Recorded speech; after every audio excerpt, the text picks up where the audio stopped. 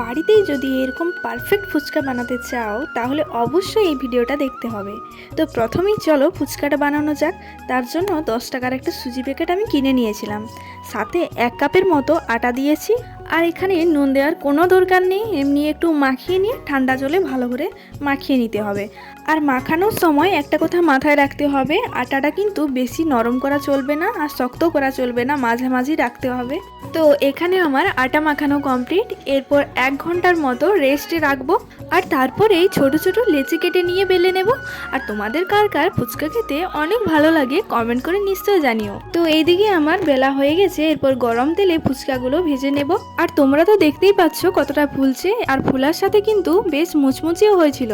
তো এইভাবে আমি কম কম করে ফুচকাগুলো ভেজে নিয়েছিলাম। তো দেখো কতগুলো ফুচকা ভাজা হয়েছে।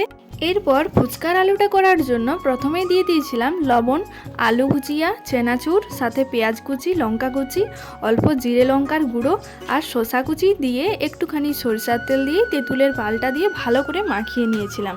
ফুচকার আলু তো কমপ্লিট, এরপর তেঁতুল জলটাও তো করে নিতে হবে। তো চলো প্রথমে আগে নুন আর জল দিয়ে ভালো করে চটকিয়ে নেব, তারপর ওই তেঁতুলের সাথে পরিমাণ মতো জল দিয়ে একটুখানি ঘেটে নেব। আর এখানে আমি তেঁতুল জলটা একটুখানি সিম্পলেই রেখেছি। তো চলো আমাদের ফুচকা তো রেডি। আর তোমরাও কিন্তু এইভাবে বাড়িতে বানিয়ে নিতে পারো।